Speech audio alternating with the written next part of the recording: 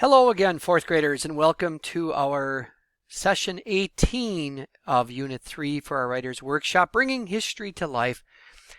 Information writing gives way to idea writing is our theme today. When you read fiction, fourth graders, such as the book Tiger Rising by Kate DiCamillo or Stone Fox by John Gardner, do you remember responding to the text? You either thought to yourself or perhaps talked to a partner about parts where your stomach would knot up in response to Rob's problems. You talked about the movie you would make in your mind of Willie's one-dog sled racing around the snowy bend and about what you thought might happen next. You weren't just retelling the story to each other or thinking it to yourself.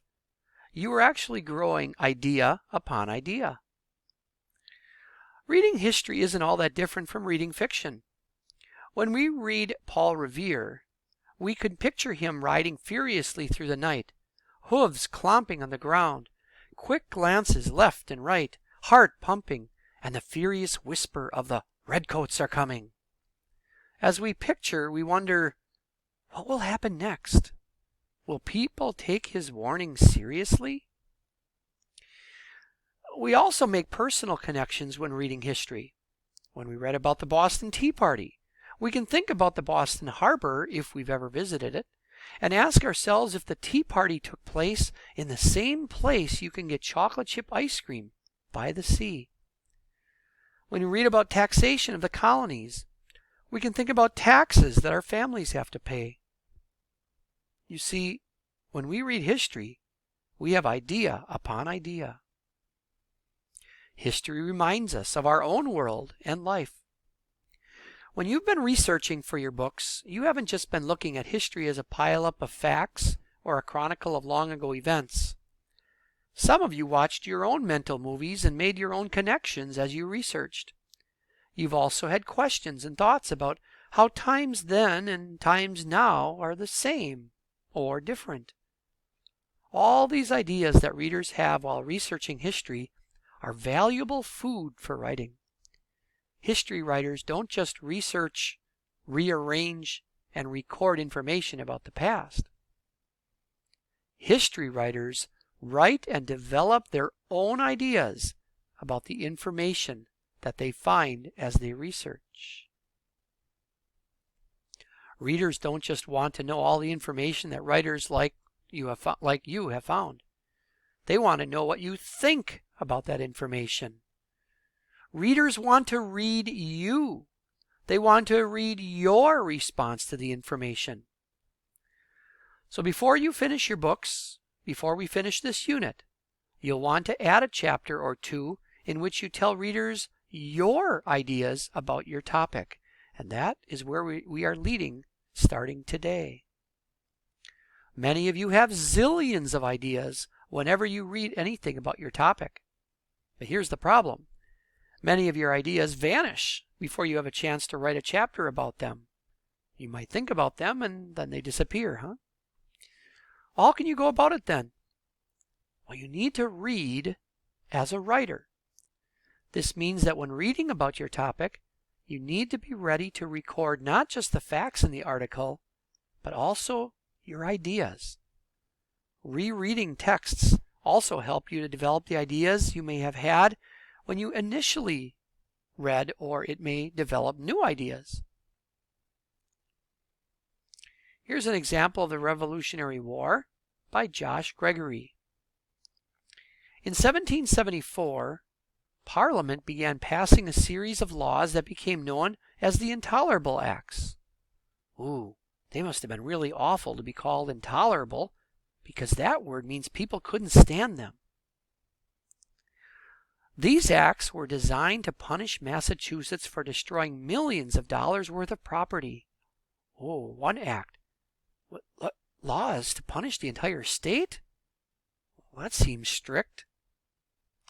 Parliament then ordered Boston Harbor to be closed until the colonists paid for the tea they had destroyed. Oh, whoa, that means that ships couldn't leave or enter either. Another punishment. British General Thomas Gage was named governor of Massachusetts. it became illegal for the colonists to hold town meetings or elect their own officials without permission from the British. Wait, punishment? Isn't British going too far? I bet the colonists named them intolerable, not the British. You see, the process of reading, thinking, and jotting down your thoughts is called annotating text. Many of those jottings can be thought of as seed ideas and grown into full-blown entries in your writer's notebooks that can be put into your books. Sometimes these jottings might even turn into whole chapters. So open up a book that you've already read about your topic. It might be your own book or one you've written. Read silently to yourself, with your pencil in your hand, jotting any thoughts that come to your mind, just like the example from a moment ago. Don't judge whether they are important thoughts, and don't linger. Just jot and read on. You might want to use sticky notes for this particular activity.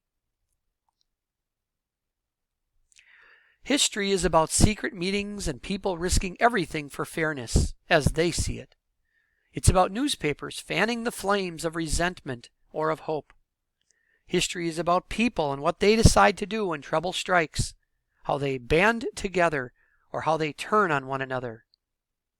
It's about lies and truths and perspectives, about midnight rides and unusual partnerships and persistence and grave danger.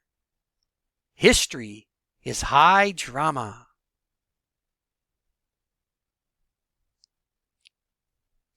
One technique that almost always works for you to do this is to compare then to now. Just as fiction readers compare a character with themselves, historians compare then with now. They compare one part of what happened in history with part of what happens today.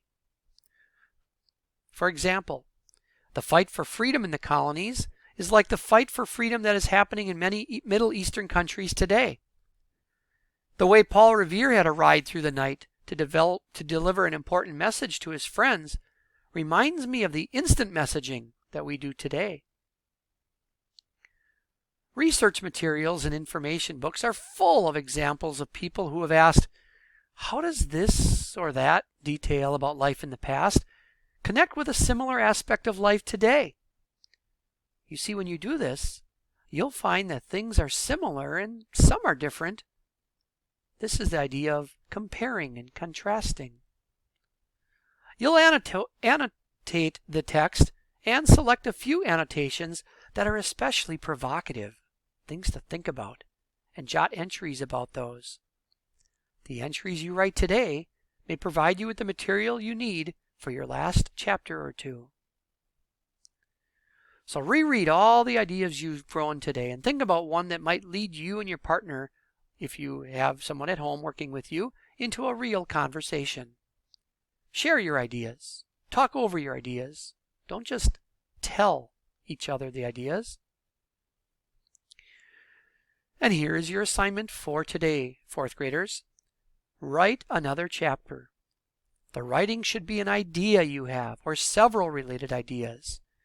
If you do the jotting like we had talked about, you should be able to come up with more than one idea, but you want to write a chapter based on at least one or more ideas.